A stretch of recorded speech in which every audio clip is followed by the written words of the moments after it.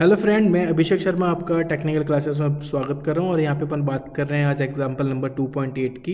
तो देख लेते हैं। N alloy wire of 2 mm square cross sectional, यानी कि इसका क्रॉस सेक्शनल एरिया आपको दे रखा है 2 mm square and 12 Newton wait hanging under its own wait, यानी कि जो इसका वेट है वो 12 न्यूटन वेट का वायर है जो खुद के वेट से ही लटका हुआ है।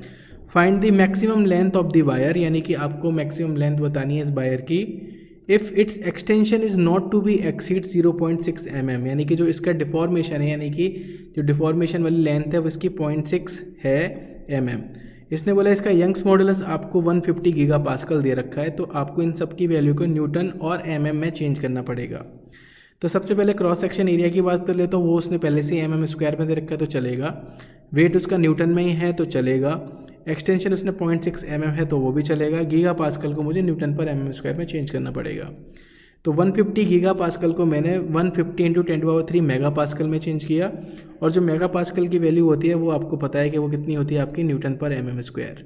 तो यहाँ पे आपकी वैल्यू निकल के आ गई ई की 150 इंटू 10⁻³ न्यूटन पर mm स्क्वायर, जिसका वैल्यू।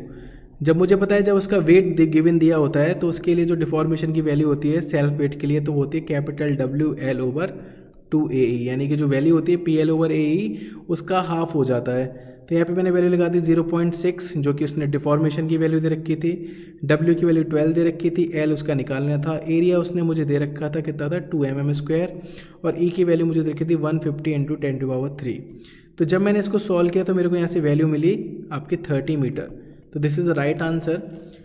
अगर आपको वीडियो समझ में आई हो तो प्लीज़ लाइक ज़रूर करना। Thank you for watching guys, thank you.